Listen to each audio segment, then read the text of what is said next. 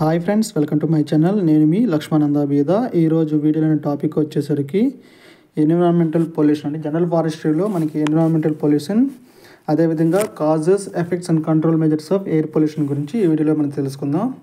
So APPSC forest range officer exam సంబంధించి general forestry 2లో మనకి ఇది ఎన్విరాన్మెంటల్ పొల్యూషన్, ఎయిర్ పొల్యూషన్ గురించి ఈరోజు వీడియోలో మనం తెలుసుకుందామండి. సో ఎయిర్ పొల్యూషన్లో కాజెస్ ఏంటి, ఎఫెక్ట్స్ ఏంటి అని తెలుసుకుందాం. ముందుగా పర్యావరణం యొక్క డెఫినేషన్ తెలుసుకుందాం. సో పర్యావరణం యొక్క భౌతిక, రసాయనిక మరియు జీవ లక్షణాలు వచ్చే అవాంఛనీయ మార్పుల్ని పర్యావరణ కాలుష్యం అంటారు. అంటే మన పర్యావరణంలో ఉండే జీవుల్లో కానీ, జంతువుల్లో కానీ, మానవుల్లో కానీ భౌతిక, రసాయన, జీవ లక్షణాల్లో వచ్చే సడన్ చేంజెస్ని ఏమంటామంటే పర్యావరణ కాలుష్యం అంటాం. సో వాటి యొక్క కాలుష్య కారకాలను ఏమంటామంటే పొల్యూటెంట్స్ అని అంటాం. సో ఈ పర్యావరణంలో కాలుష్య కారణాలు అవాంఛనీయ మోతాదులో ఉండి కాలుష్యానికి కారణమవుతున్నాయి. ఇప్పటి పరిశోధనల ప్రకారం మానవుడు భూ సంపదలను అవి తిరిగి ఏర్పడే దానికంటే కూడా 20% వేగంగా ఉపయోగించుకుంటాడు. అంటే ఫర్ ఎగ్జాంపుల్, ఒక చెట్టును మనం కొట్టేసామండి, అది మళ్ళీ తిరిగి ఉపయోగించుకునే విధంగా రావాలంటే మనం 20% వేగంగా దాన్ని మనం కొట్టేస్తున్నాం. అదేవిధంగా కాలుష్య కారకాల్లో రకాలు, కాలుష్య కారణాలు లేదా కాలుష్య కారకాలు అంటారు. సో జీవ విచ్ఛిన్నం కాని కాలుష్య రకాలు ఇవి ప్రకృతిలో విచ్ఛిన్నం చెందవు లేదా నెమ్మదిగా విచ్ఛిన్నం చెందుతాయి. ఇవి పరిసరాల్లో పేరుకొనిపోయే కాలుష్యానికి కారణమవుతాయి. ఉదాహరణకు అల్యూమినియం క్యాన్లు, అదేవిధంగా ప్లాస్టిక్, పాలిథీన్ కవర్లు. సో ఇవి మనకి భూమిలో కలిసిపోవడానికి సుమారు కొన్ని వందల సంవత్సరాలు అనేది పడుతుందన్నమాట. అదే విధంగా జీవ విచ్ఛిన్నం చెందే కాలుష్య కారకాలు అంటే దీన్నే బయోడిగ్రేడబుల్ పార్టికల్స్ అని అంటారు.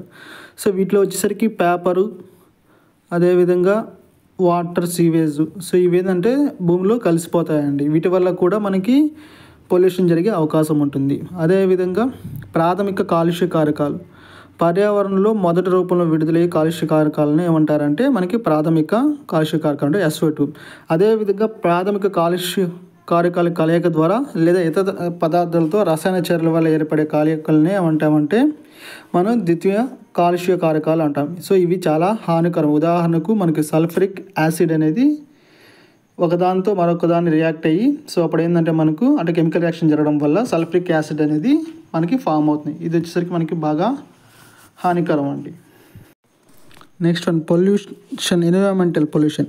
Pollution is defined as undesirable change in physics. ఇందాక చెప్పినట్టు పర్యావరణంలో భౌతిక, రసాయన, జీవచక్రంలో అవాంఛనీయ సంఘటనలు జరిగితే అటువంటి వాటిని ఏమంటామంటే ఎన్విరాన్మెంటల్ పొల్యూషన్ అంటాం.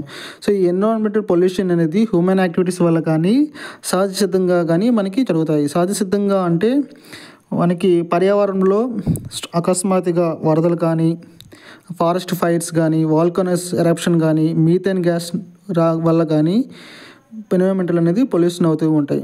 సో అదేవిధంగా ప్రకృతికి వచ్చేసరికి తన సహజ సిద్ధంగా పొల్యూషన్ నుంచి రికవర్ అయ్యే నేచర్ అనేది ఉంటుంది. కానీ మానవుడు వచ్చేసరికి తన అవసరం నిమిత్తం కంటే కూడా ఎక్కువ ఉపయోగించుకొని పర్యావరణానికి హానికరం కలిగిస్తున్నాడు. సో వాటిని ఏమంటామంటే మనం ఎన్విరాన్మెంటల్ పొల్యూషన్ అంటాం. Pollutant is defined as any substance that is released intentionally or inadvertently. So pollution అనేది మానవుడు ఉద్దేశపూర్వకంగా కానీ పరోక్ష కారకంగా కానీ సో చేసే పనుల వల్ల పర్యావరణం అనేది దెబ్బతింటూ ఉంది. So it may be noted that so pollution వల్ల అంటే పొల్యూషన్ అది ఎలాంటి పొల్యూషన్ అయినా సరే ప్రపంచవ్యాప్తంగా ప్రతి సంవత్సరం 9 మిలియన్ జనాభా పొల్యూషన్ కారకాల వల్ల చనిపోతున్నారని చెప్పి ఒక సర్వేలో జరిగింది. Pollution is a solvable problem, but it's not getting enough attention for financing from world leaders. అదేవిధంగా pollution in the form of green house gas is the root cause of global climate change. So మనకి global climate changing వచ్చేసరికి pollution అనేది అంటే green house gases నుంచి వచ్చే కర్బన ఉద్గారాల నుంచి వచ్చే కారకాల వల్ల మనకి గ్లోబల్ క్లైమేట్ చేంజ్ అనేది అవుతుంది. అదేవిధంగా types of pollution. So pollution మనకి ఎన్ని రకాలు? బేస్డ్ ఆన్ ఎన్విరాన్మెంట్ ప్రకారం air pollution, soil pollution, water pollution. పర్యావరణం నుంచి మనకి పొల్యూట్ అయ్యే కారకాలు ఏంటంటే కాలుష్యం ఏంటంటే so soil pollution, water pollution, air pollution. So అదేవిధంగా based on source of pollution. So పర్యావరణం కాలుష్యం అవ్వడానికి కారకాల్లో సో ప్రాథమిక కారకాలు ఏమనంటే automobile pollution, agriculture pollution, industrial pollutions, అదేవిధంగా based on nature of pollutants. ఈ పొల్యూటెంట్స్ వచ్చేసరికి మనకి pesticide pollution, radiation pollution, nuclear pollution, plastic pollution, oil pollution, heavy metal pollution, sewage pollution. అదేవిధంగా based on the origin of pollution. The source of pollutant is known as point source pollution అంటారు. The source of pollutant is unknown is known as non point source pollution అని చెప్పి మనకు అంటారండి. So మనకి పర్యావరణం నుంచి exam point of వ్యూలో మనకి soil pollution, water pollution, air pollution, nuclear pollution, hazardous pollution, marine pollution, ఇలా డిఫరెంట్ టైప్స్ ఆఫ్ పొల్యూషన్స్ గురించి మనకి ఎగ్జామ్ పాయింట్ ఆఫ్ వ్యూలో ఉన్నాయి. సో ప్రజెంట్ ఈ వీడియోలో మనకి ఎయిర్ పొల్యూషన్ గురించి క్లుప్తంగా తెలుసుకుందాం. సో మనకి కార్బన్ డైఆక్సైడ్ వల్ల కూడా మనకి పొల్యూషన్ అనేది జరుగుతుంది. కార్బన్ డైఆక్సైడ్ సో వాతావరణం అంటే శిలజ ఇంధనాలు వాడకం వల్ల కార్బన్ డైఆక్సైడ్ అనేది మనకి వాతావరణంలోకి విడుదలవుతుంది. ఈ కార్బన్ డైఆక్సైడ్ అనేది మనకి కార్బన్ మోనాక్సైడ్ అండి, not carbon dioxide. Carbon monoxide అనేది ప్రధానంగా గ్రీన్ హౌస్ గ్యాస్గా వ్యవహరించి సూర్యరశ్మిలో శక్తిని గ్రహించి మనకి గ్లోబల్ వార్మింగ్కి కారణమవుతుంది. అదేవిధంగా కార్బన్ డైఆక్సైడ్తో పాటు మీథేన్, సో అదేవిధంగా నైట్రస్ ఆక్సైడ్, హైడ్రోఫ్లోరో కార్బన్స్ మరియు సల్ఫైర్ హెక్సాఫ్లోరైడ్ గ్రీన్ హౌస్ గ్యాసులుగా మనకు వ్యవహరిస్తున్నాయి. సో అదేవిధంగా పర్టిక్యులేట్ మ్యాటర్, దీన్నే ఏమంటారంటే తెలుగులో పదార్థ రేణువులు. 10 మైక్రాన్ల పరిమాణం గల సూక్ష్మ పదార్థ రేణువులు తీవ్రస్థాయిగా చేరినట్లయితే వాయు కాలుష్యానికి కారణమవుతున్నాయి. సో ఈ వాయు కాలుష్యం కావడం వల్ల ఏం జరుగుతుందంటే శ్వాస వ్యవస్థ అనేది ప్రధానంగా ఇవి దెబ్బతీస్తున్నాయి. అదేవిధంగా ఘన వ్యర్థాలను కాల్చడము, మైనింగ్, క్రషింగ్, గ్రైండింగ్, బ్లాస్టింగ్ వంటి చర్యల ద్వారా వాహన ఉద్గారాల్లో ఈ పదార్థ రేణువులు అనేది ఉంటాయి. మనకి పర్టికులేట్ మ్యాటర్స్ అనేది 2 టైప్స్ ఉండేది. దాన్నే PM2.5 లేదా PM10 అంటారు. PM2.5 అంటే మైక్రాన్ లోపు పరిమాణం గల పదార్థ రేణువులు. అదేవిధంగా PM10 అంటే 2.5 నుండి 10 మైక్రాన్ లోపు పరిమాణం గల పదార్థ రేణువులు అని అర్థము. సో ఈ పర్టిక్యులేట్ మ్యాటర్ అనేది వాతావరణ కాలుష్యం అవడం వల్ల మనకి మానవులు ఎలాంటి సమస్యలు ఎదుర్కొంటున్నారంటే ముక్కు దిబ్బడ, బ్రాంకైటిస్, ఆస్తమా అనేది సంభవిస్తున్నాయి. సో ఆస్తమా ఉన్న వారికి ఇవి ప్రాణాంతకంగా మారుతున్నాయండి. అదేవిధంగా ఎయిర్ పొల్యూషన్ని కంట్రోల్ చేయడానికి నివారణ పద్ధతులు. సో వాహనాల నుంచి విడుదలయ్యే క్లోరోఫ్లోరో కార్బన్స్ మనం ఏం చేస్తామంటే దానికి సరైన గాలి పొరలను అమర్చి వాటి వల్ల రిలీజ్ అయ్యే గ్యాసెస్ని తగ్గే విధంగా మనం చేయాలి. అదేవిధంగా పరిశ్రమల చిమ్నీల నుంచి విడుదలయ్యే విషవాయువులను ఎలక్ట్రిక్ పద్ధతి ద్వారా దాన్ని విచ్ఛిన్నం చేయాలి. అదేవిధంగా పరిశ్రమల నుంచి విడుదల విషవాయువులను నీటిలోకి విడుదల చేయడం వల్ల అవి నీటిలోనే ఆ వాయువులు కరిగించవచ్చు. తర్వాత కలుషితమైన నీటిని మనం వడగట్టడము లేదా ఉత్తేజిత కార్బన్ ద్వారా పంపించడం వల్ల వాయువులను గ్రహించడం లేదా వడగట్టడం అనేది చేయవచ్చు. అదేవిధంగా కొన్ని వాయువులను సామరస్యంగా కూడా మనం విచ్ఛిన్నం చేయవచ్చు. అదేవిధంగా పరిశ్రమ వాడల నందు ప్రతి ఒక్క పరిశ్రమ నందు వృక్షాలను పెంచి వాయు కాలుష్యాన్ని కూడా మనం అరికట్టవచ్చును. ఉదాహరణకు పరిశ్రమల నుంచి విడుదలైన CO, SOలను మొక్కలను గ్రహించగలుగుతాయి. అదేవిధంగా 1981 air pollution control board act ప్రకారం తీసుకోవాల్సిన చర్యలు మొత్తం కూడా తప్పనిసరిగా తీసుకోవాలి. అతిక్రమించిన వారికి తప్పనిసరిగా శిక్షలు అనేది విధించాలి.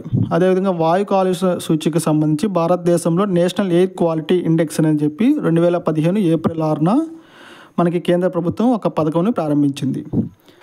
సో అదేవిధంగా దేశంలో వాయు కాలుష్య పరిస్థితిపై ఎప్పటికప్పుడు లభించే సమాచారాన్ని ఆధారంగా ప్రజల్లో అవగాహన పెరగడంతో అధిక వలసల నివారణ విధానాలను రూపొందించడానికి మనకి 2.5 పర్టికులేట్ మ్యాటర్ 2.5 పర్టికులేట్ మ్యాటర్ 10 మైక్రాన్లు ఉన్న దుమ్ము రేణువులను వంటి కాలుష్య కారకాలపై ఎయిర్ క్వాలిటీ ఇండెక్స్ అనేది ఒక సమాచారాన్ని అందిస్తుంది. దీనితో తొలుత 10 నగరాల్లో మనకి ప్రారంభించారు. అందులో మన తెలుగు రాష్ట్రాల నుంచి హైదరాబాద్ అనేది ఉంది. అదేవిధంగా ఢిల్లీ, ఫరీదాబాద్, ఆగ్రా, కాన్పూర్, లక్నో, వారణాసి, అహ్మదాబాద్, బెంగళూరు, చెన్నై అనేది ఉన్నాయి.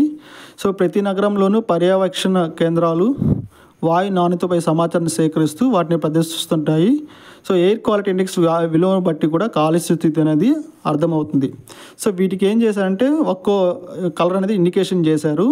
So air quality index 1 to 50 మధ్య ఉంటే అది గాఢ హారిత అంటే ఇది గుడ్ పొజిషన్లో ఉందని అర్థం, అంటే అత్యల్ప ప్రభావం అనేది ఉంటుంది. అదేవిధంగా 51 నుంచి 100 వరకు ఉంటే అది లేత హారిత రంగులో ఉంటుంది. సాటిస్ఫాక్టరీ అంటే శ్వాసలో స్వల్పంగా ఇబ్బందులు అనేది ఉంటాయి. అదేవిధంగా ఎయిర్ క్వాలిటీ ఇండెక్స్ 101 నుంచి 200 వరకు ఉంటే మనకి ఎల్లో కలర్లో ఉంటుంది. ఇది మోడరేట్ అండి కాలుష్య స్థితి.